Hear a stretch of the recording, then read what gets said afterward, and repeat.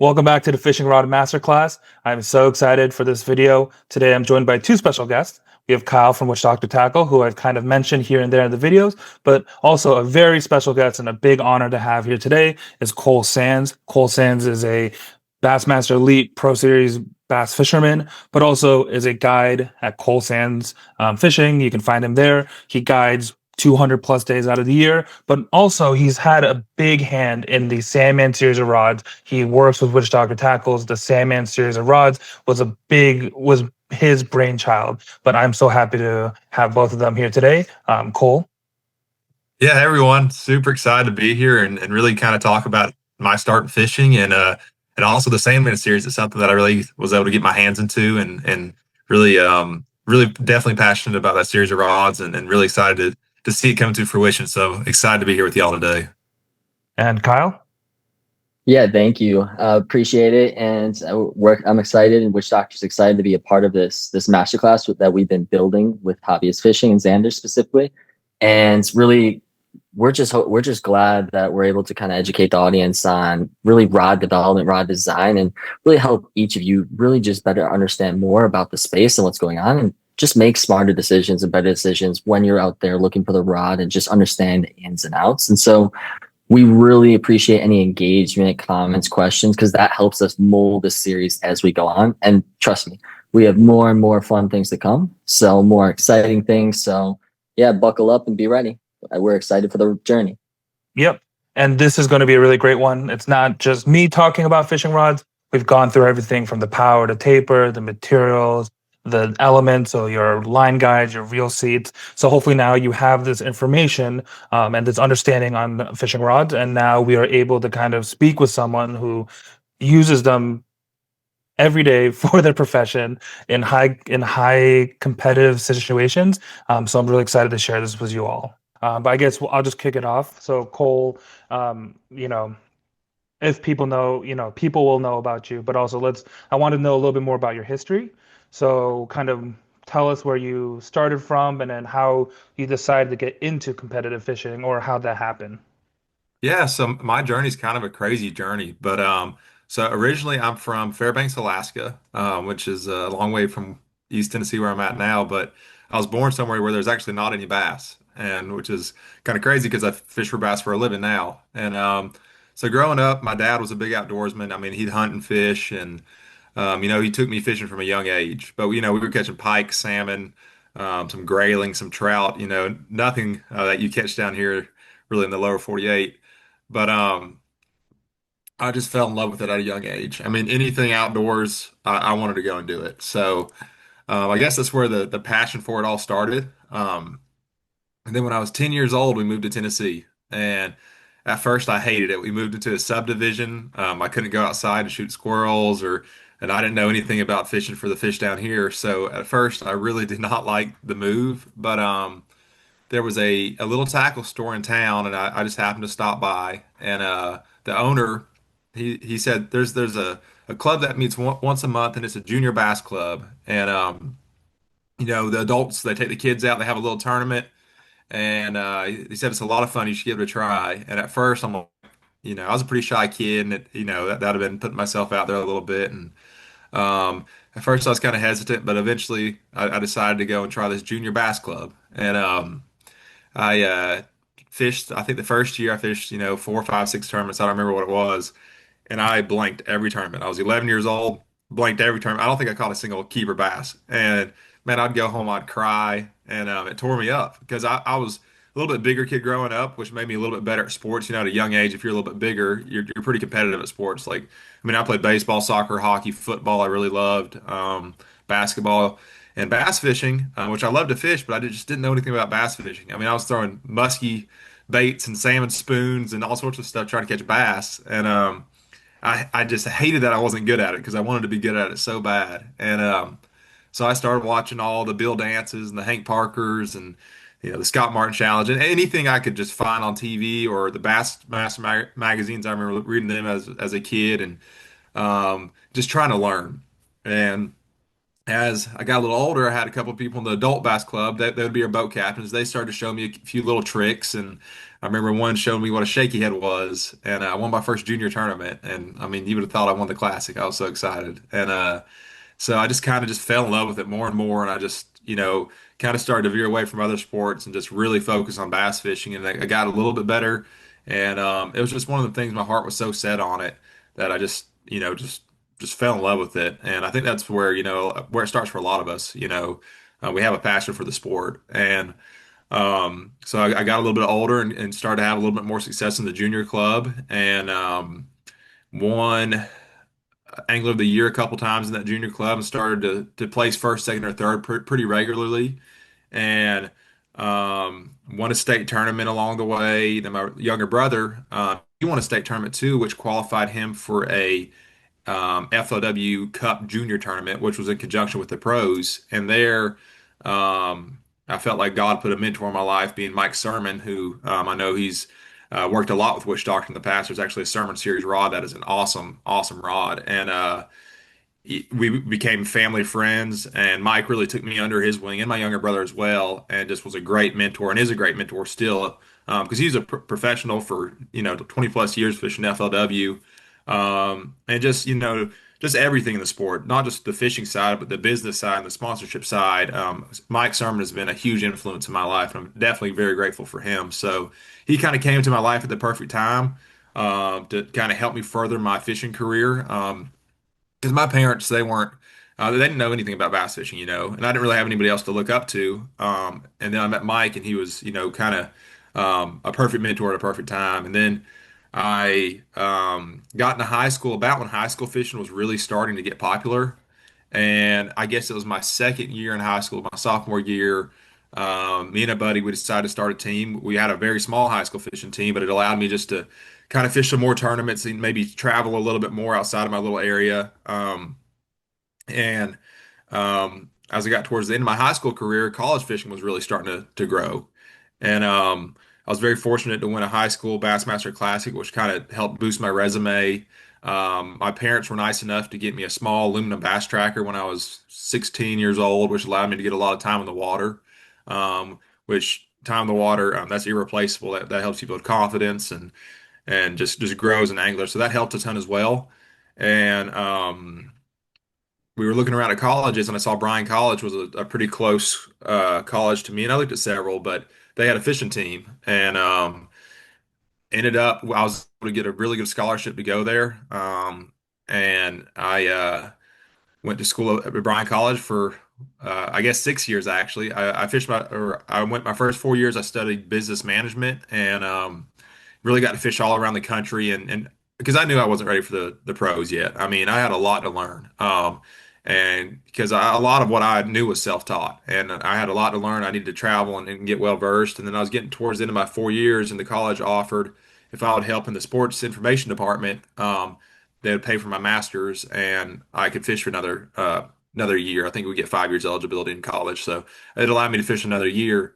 And I said, I want to do that because one, you never know if the fishing thing's going to work out. So I wanted a master's degree always looks better than a bachelor's if you have the opportunity to get it. So I actually studied marketing for my master's degree, and I'm really glad I came back because I think I won two or three regional tournaments in my first 4 years. But when I came back, we were very blessed to win the 2021, I think it was the 2021 college national championship. Um, and that was a huge career booster. And then at the same, I think it was a week later, a week before, the biggest local tournament on Lake Chickamauga, where I was living at the time, is the CBA Trail. And I was very fortunate to win that tournament, which really helped me kind of boost my resume. Um, and it was, just all kind of a lot of doors open when I needed them to. And I had a lot of opportunities just kind of, fall in place. And I'm very glad that I came back for that extra couple of years to get my master's, not just for the degree, but also for the resume booster it had. And then towards the end of my college career, I said I was finishing up my last year in school. Most of my college tournaments were done. I decided to start my guide business. And I wanted a way to have a stable income and to chase this dream. Getting into college, I thought professional fishing was awesome. I knew Mike Sermon, he was a pro, but I knew how much of a long shot it is. I mean, there's only 102 Elite Series guys out there. If you include the MLF guys, there's what 170. So it's a very, very um, tough field to get into because I mean, there's a lot of people who want to do it, and um, it's not easy by any means. But towards the end of my college career, I said I'm going to fish one division that opens. I'm going to start guiding. I didn't have the financial backing to really fish all the opens yet, but I said I'm going to start guiding, save up some money. I'm going to fish one division. Then after I'm done with college, I made myself a promise that I'd fish all nine of the opens for 3 years. And if I didn't make it, then I'll go get a normal job. So I fished one division of the opens, finished up my college, started to guide. That first year fishing just one division, I had one really bad tournament and two really good ones. So I almost made it, but I'm glad I didn't because I don't think I was ready yet. Um, and then the next year I fished all nine opens and was very blessed to make the Elite Series really my first year fishing all nine. I made it through the overalls. And I guess that's my story in a nutshell. Kind of That's awesome. a condensed version of it. Yeah, that's amazing. I guess you mentioned it, so we're on YouTube. So if you want to plug the guide service, I'm happy to let you plug it. Yeah, Yeah, I mean, how people I've been find very it. blessed. That's been a huge blessing in my life. It actually helped a lot in my professional career because I met some awesome people that were business owners, and I got to know them. And that's actually a lot of the names on the side of my boat. A lot of my sponsors now is because of my guide service. Just getting to know these people, becoming great friends with them, and it's easy to promote them because I know the people that they are, and the products that they produce are going to be great because that's who they are too. So that's definitely been a huge blessing in my career and getting started for sure. Do you still guide? Is that something you still do?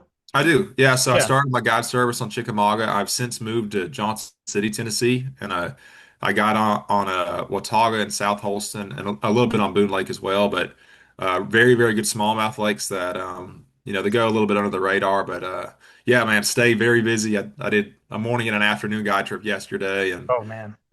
stay busy, man. It's good and How I do enjoy how do it. people find it? How do people like if they want to go fishing, if they want to go guiding Yeah. with you? The easiest way, I have a website, Coal Sands Fishing, but if you have Facebook, go to Coal Sands Fishing, shoot me a message. I'll send you my dates. And yeah, if anybody wants to go, I usually stay 3 or 4 months booked out. But really what I try to focus on is the educational side of it. Whether it's electronics or just fishing or what patterns, whatever it is, I want to teach my clients how they can go out and be successful on their own. Of course, we want to catch a lot of fish, and that's something, we definitely try to do, but I want them to be successful on their own and really learn the reason why behind everything. Awesome. And I guess it was kind of a question that we had, and you kind of mentioned it with, the guide service and fishing tournaments for like all the hobbyist fishermen out there. So like people like me that I don't do this for, tournaments and all of that. Like what advice do you have for people looking to turn this hobby slash passion of ours and fishing to something into, a way of making money, into a career? Do you have any advice there?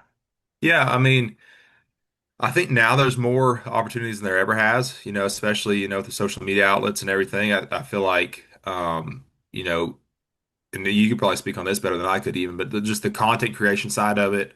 I know a lot of a lot of sponsors are looking for, how much content can they get out, and that's something that as a pro, it's a little bit hard to do, honestly, because we're on the road so much, fishing so much. So that's definitely one avenue is just if there's a company you like or something, maybe start doing some gather some content for them, and maybe showcase it to them. I think that's one way, and then if not social media, then you do the route that I did, the guide service route. Now, it is a lot of work. I mean, you're up early.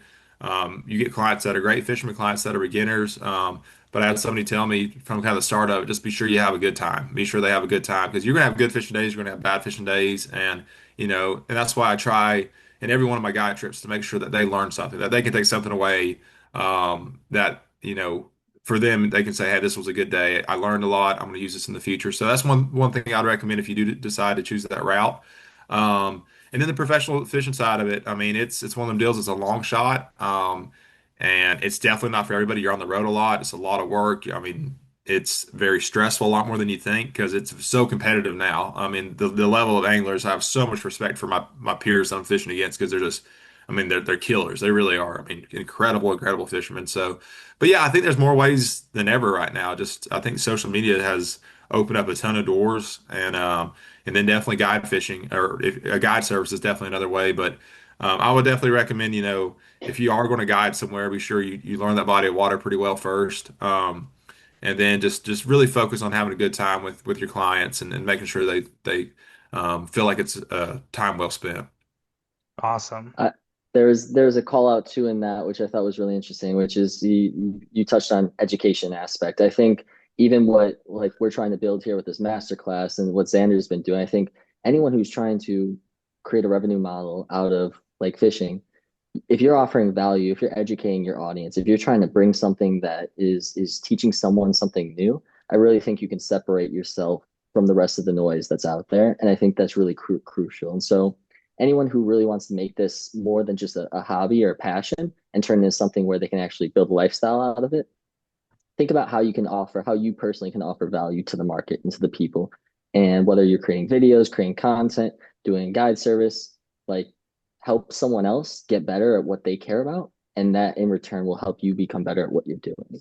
Yeah, I think that's definitely true. Like my whole thing on social media, and if you guys seen it, I grew up fishing in South Korea, so I have a very like the Asian mentality. Like all the Japanese guys in the pro circuit, they're fishing some really freaky stuff out of Asia, but it's now starting to come to the US, and having it's a completely different mindset. So being able to translate that over here is like the way that I build value. So if there's something like that, that if you have in your wheelhouse, something different, something interesting, or just by pure passion alone of being so passionate to share something that you know about fishing, whatever it may be, I think is a really great way, especially on social media. There's always people to listen. Yeah, I completely agree with Exactly. that. I think there's a lot of avenues that we can increase the value of, sponsors or whatever it is. But like through my guide service, my clients, they get to ride in a skeeter boat. That's one of my sponsors. They get to use a witch doctor tackle rod. They get to see, the quality of the products that I use. My soft plastic sponsor, my hard bait sponsor, they get it in their hands. So the guide service is one avenue I use to help promote the sponsors. And then also on the backside is the social media stuff. So yeah, definitely building. Making it worthwhile for people, your sponsors, making showing them that, their money's well spent and there is a return on investment there is definitely crucial. Now, there's something else you talked about, which actually I think Xander would ties to one of the questions we got from the guests, which was, or the audience, which was basically around, and quote me or correct me if I'm wrong, are the professionals who are competing at these tournaments, especially at the elite level, are they studying the different lakes? Are they going beforehand? Like, what was the exact verbiage if you have it, Xander? So this is from Donnie underscore Lino. How much time do professionals spend on the pond, not fishing, but observing the ecosystem? Yeah, yeah. So I mean, when it comes to just practice itself and the tournament, I think what makes professional anglers so good is that they are observing the ecosystem while they're fishing. And there's definitely a lot of homework that goes into it beforehand. We all look at the map studies. If there's information available on YouTube, anything public, we're allowed to look at. So old videos, maybe the lake we go to. I always like to watch those just to kind of have a feel of what the lake's going to look like.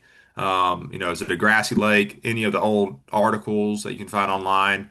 Um, is it a like for example, we go to the Mississippi River 2 tournaments from now. Um, we're allowed to fish 3 pools of it. There's 3 different sections of the river we can fish. So beforehand, I'm doing a lot of study seeing, well, what pool do most people win out of? And so that's just one example of how I do that. And then, um, you know, I've read that, a lot of fish could come 10 foot and less. So that might eliminate half the body of water that I shouldn't look at. So a lot of that. And then on the water, when we're out there, like, I think that what makes the pro so good, while we're fishing and we're doing 100 different things, and the time's clicking in your head, and you got 4 fish or you got 5, but you need one kicker to get paid that week or to get in the top 10 or whatever it is. And then you're looking at your electronics, but then you hear a shad pop, 40 yards to your left, and you have to be so acute with your senses, with your senses. If not, you're going to miss out on maybe one bite that might make the whole difference in a day. So I think that's what makes the pro so good. It's just being able to just take it all in at once and really observe everything that's going on, even with the pressure on them, even with the clock going. It's really impressive how good these guys can adapt to just little changes whether it's the weather, maybe the shadow moved out of an area, whatever it is, these guys are just very, very good at making those small adaptations that can make the whole difference in a tournament day. Cool. And then I guess we kind of touched on it with like Mike Sermon working that's worked with Witch Doctor for a long time for the Sermon 50G rods, which are sick rods. Kind of how did the connection between you and Witch Doctor happen? Yeah, so that's actually through Mike as well. When so we met him at the Forest Wood Cup, and the first thing he said was, I'd love for y'all to come down to Lake Okeechobee and fish with us. And me being a 16-year-old kid and my younger brother, that was like a dream of ours was to fish Okeechobee, and especially with somebody like Mike Sermon, who we looked up to. And we thought he was joking at first, but the Sermons being such great people, they invited us in their home. We went fishing with them, and that was my first experience using Witch Doctor tackle rods. I'm like, man, these rods are awesome. And a little bit later down the road, I got to know Adam a little bit and really start using a lot more Witch Doctor stuff. And then it's one of them deals once you start using that high of equipment, you put something else in your hand, or high quality of equipment, you put something else in your hand, it just doesn't feel that good. Like, you're able to work your bait a little bit better, and you're able to, just detect a bite or detect what your bait's hitting a little bit better, or whatever it is. Or based on the composite, you're able to land a couple more fish. Like, the Sermon 50Gs, it's a half graphite, half glass blend, and it's a great rod for, treble hook baits, especially, or it's also a great rod for a chatterbait. Just any moving bait is really good. So your landing percentage is going to go up.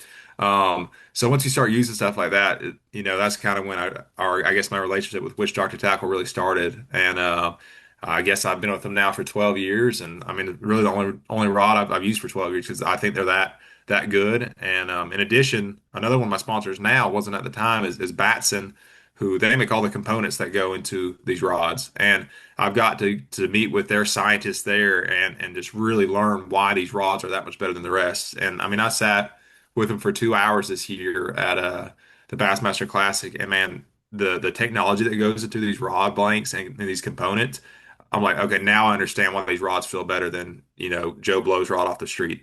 It really makes a lot of sense. We're gonna Awesome. have to do a plug for Rainshaw and Batson over there. But I Yeah. mean, for those who are interested, we over at Witch Doctor, we've only been using Rainshaw and Batson's parts since kind of the founding of Witch Doctor, and so anyone who's looking for blanks and trying to understand more, they have great videos on their technology, great educational content, and then as well, you can actually see some of like they do a lot of threading and wrapping for their rods, and they are incredible at doing that. So if you want to see some really cool content, check out their YouTube channel and some of their videos they made. Yeah. And then I guess while we're on the topic and we've heard how you joined up with Witch Doctor Tackle, kind of the Sandman series is the series that it's kind of your brainchild. You had a huge part in kind of developing. So, there's 13 rods in this series. Um, when you were thinking of the 13 different models slash kind of designing these rods, like what was your thought process there? What were you looking for out of these rods for you?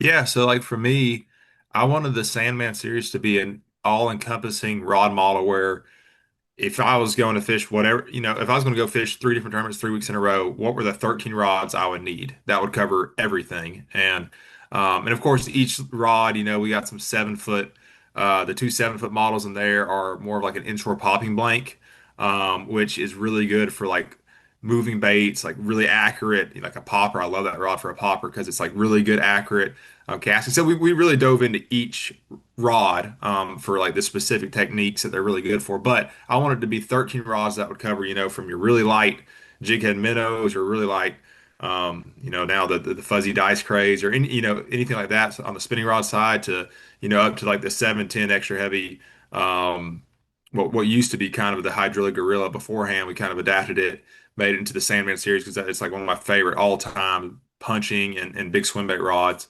So it kind of covers everything, and we wanted to make sure each specific rod model really met the requirements for certain techniques.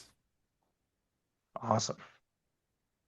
And I Uh, would say like the thing too that add to that is, I mean, this is kind of a good question for you, Cole, as well. Is like one thing people and a lot of people discuss, and especially what I've seen in some of the comments is I want a rod that's versatile. that can Mhm. do a bunch of different things. And the thing that we caution people is that there are many rods. You can go to a Walmart and you could get a rod that will get the fish out of the water, and Mhm. you can throw whatever you want on it. But the reality of that, and what we share with the audience, is that when you're really designing a rod, it is every detail matters, from the placement of the guides, from the material of the blank, from the heaviness and weight of the actual blank or the total setup, and even like the reel seats, the butts. Every location, every piece, every detail matters, and that changes the performance of a rod.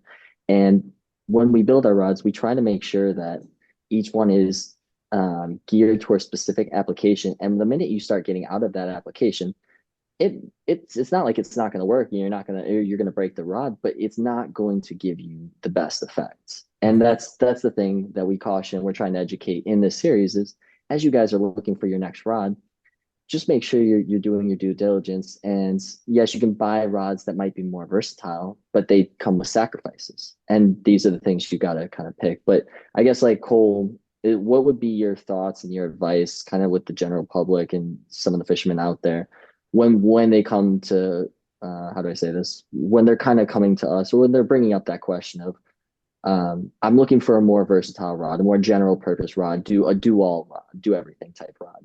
Yeah. Yeah. So if I had to choose three rods from the lineup to like just if I, three rods for the whole year, what would I choose no matter where we went? The first one would be the 7.2 medium light spinning rod. This is a awesome all around spinning rod. I mean, wacky rig, drop shot. Now my minnow baits, you can throw a really light minnow on it, like an 1/8 ounce. I like the 7.2. You can really launch it out there a little bit further than like the 610. Now, if for a really light minnow, I do prefer the 610 medium a little bit more because I feel like you can give your minnow a little bit more action. But if you're just talking about just an overall awesome rod, that 7.2 medium light is very good with a light minnow, but you can also throw up to like a half or 3/4 ounce on it too. It's got enough backbone. It's got a lot of tip, but it's got enough backbone. When they bite it, you can still really drive it home. So a lot of your finesse techniques, Nico rig, wacky rig, drop shot, anything like that. That 7.2 medium light spinning is going to cover that. Now, I'm not going to say, that 610 medium, I don't use it too, because I definitely do. But that 7.2 medium light's great when it comes just to a very versatile spinning rod. So that would be probably my number one pick on the spinning rod side. Then on the bait caster side, a 7.6 heavy um, is one of my all-time favorite rods because of how versatile it really is. You can punch with it if you want. It's got plenty of backbone.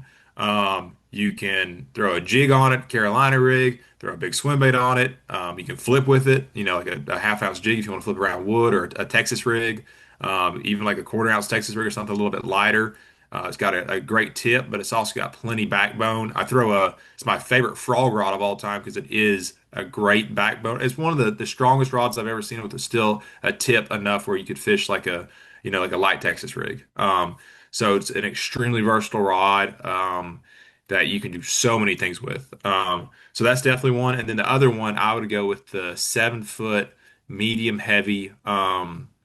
Sandman Series rod, and the 7 foot medium heavy is one of our inshore blanks that I was talking about a second ago. So don't think of it as it's a different feel than the 7.2 medium heavy that we have in the lineup. The 7.2 medium heavy is a very good like light Texas rig rod, something like that. But the 7 foot is more medium heavy is more of like a moving bait rod.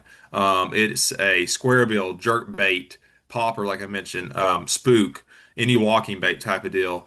It's got a little shorter handle, which is going to allow you, like I mentioned before, those really accurate casts, in close quarters. Um, but it's got a really nice tip on it for, any, smaller crankbaits up to about like a 10 foot diving crankbait. But those would probably be the three I'd choose. And even like for your really big crankbaits, you could put like a 10XD or like a hardcore 7 plus, those really deep dive crankbaits. You could put it on that 7.6 heavy. It's still got enough tip to even like throw a really big crankbait on. Not saying one of our other rods might not be a better fit in our lineup, but those would be the three rods that I would choose if I had to just narrow it down to three in our lineup.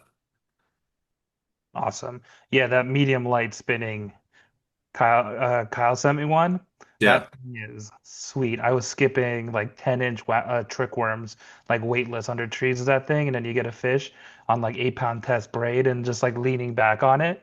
It bends and bends and bends and it just holds it, and you're like, oh, that's Yeah. great. It's Yeah. a killer. I Yeah. fish like my rods in general. I fish lighter, Hmm. which is kind of way that we fish in Asia. Like before I moved back here to the US, the heaviest rod I owned was a medium heavy rod. That was Right. it. Day to day was medium light, medium bait casters. And then Hmm. my spinning rod was an ultra light or a light. So like Right. it's a really different kind of, upbringing because we fish so much pressure in Korea, it's a country the size of Maine was a population of California. We fish such highly pressured water that if it's not weightless soft plastics, it's not happening. Yeah. So yeah, it's been really interesting to like feel the difference in these rods. But We have yeah, to bring you down to Florida. I know that's the thing. When I go It's a down to different Florida, animal.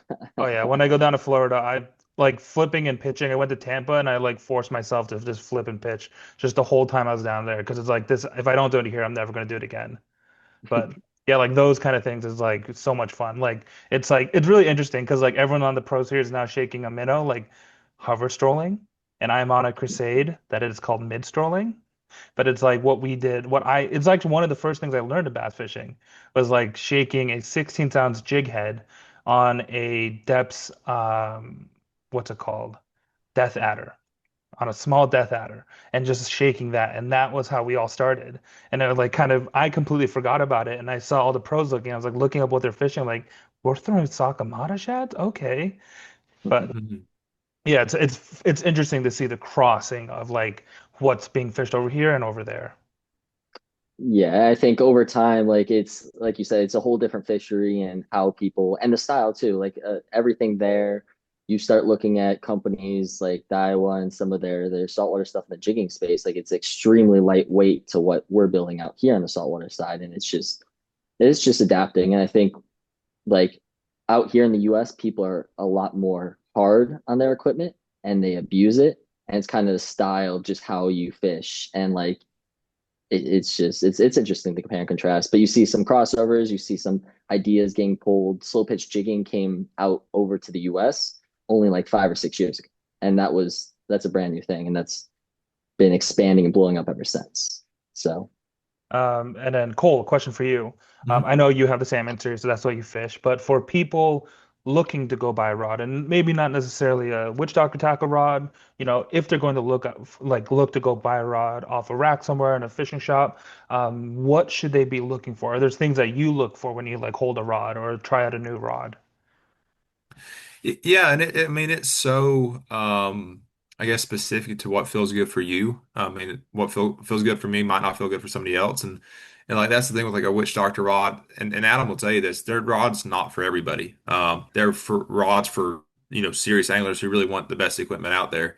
But I'd say just it just kind of depends on your application. But you want a rod if you're planning on throwing a light finesse bait, you want a rod with a tip that's going to be really sensitive. If you're throwing like a frog or something like that, you want a rod that's going to have a good backbone in it. And it's kind of hard to say just at a store without actually going out and using one. But you can usually tell just by the way it fits in your hand and feels, if you're going to like it or not. But I mean, the don't have a rod too close to me, but there's the test that all the fishermen do where you get a rod and you put it against the ceiling and see what the parabolic bend's like. And that's kind of one way to tell, but it's really application specific and what works best for you. And Cole, last kind of follow-up question on that, and I'm sure this is a question a lot of people have, is, when it comes to expensive gear, do you really need that expensive 400 plus dollar rod to catch fish or catch big fish? Yeah, I mean it's one of those things like you absolutely don't have to get the nicest rod out there to catch fish or catch big fish. There's a lot of kids out there starting out who can't afford that, or whatever your financial situation is, that might not be in your cards. But it's whatever you can afford, and if you have that passion where you can really get on the water and just go fishing, man, you can absolutely catch big fish. And even like some of my peers, you look at like Matt Robertson who. You see who he's sponsored by, and he's not using an expensive rod, and he catches a lot of big fish. But it's one of them deals too, where for me, I want to have every advantage I can get. So using Witch Doctor really allows me where I feel like I have an advantage over maybe my competitor because I do have, the nicest rod out there. But no, it's absolutely what you can afford.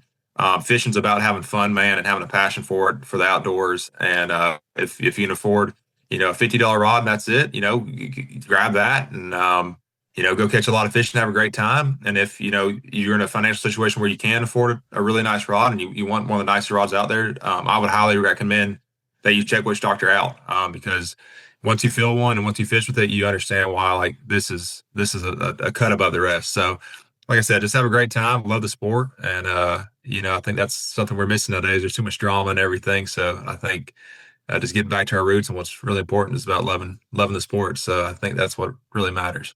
Thank you so much, both of you, for being here today. This has been a great conversation. Thank you, Kyle, and thank you, Cole. Is there anywhere people can find you? Where should we be looking at to catch you? Yeah. So I made it pretty simple for everybody. Cole Sands Fishing, Instagram, Facebook, YouTube, and then also colesandsfishing.com. But yeah, if you're interested in a guide trip, Facebook's probably what I'm most active on. But you can also go to my website. My number's there. Shoot me a message. And I appreciate y'all's time. It's been an honor to be here. Thank you again so much for being here. And Kyle, where can people find you? WitchDoctor.com or our Instagram, WitchDoctorTackle. If anyone has any questions, feel free to comment on these videos. My email is down below as well in this channel. And this, feel free to shoot any questions you have. Happy to really be a resource and looking forward to some of the future videos we're going to be rolling out. So excited. Awesome. Thank you both so much for being here. This has been an honor. Thank you.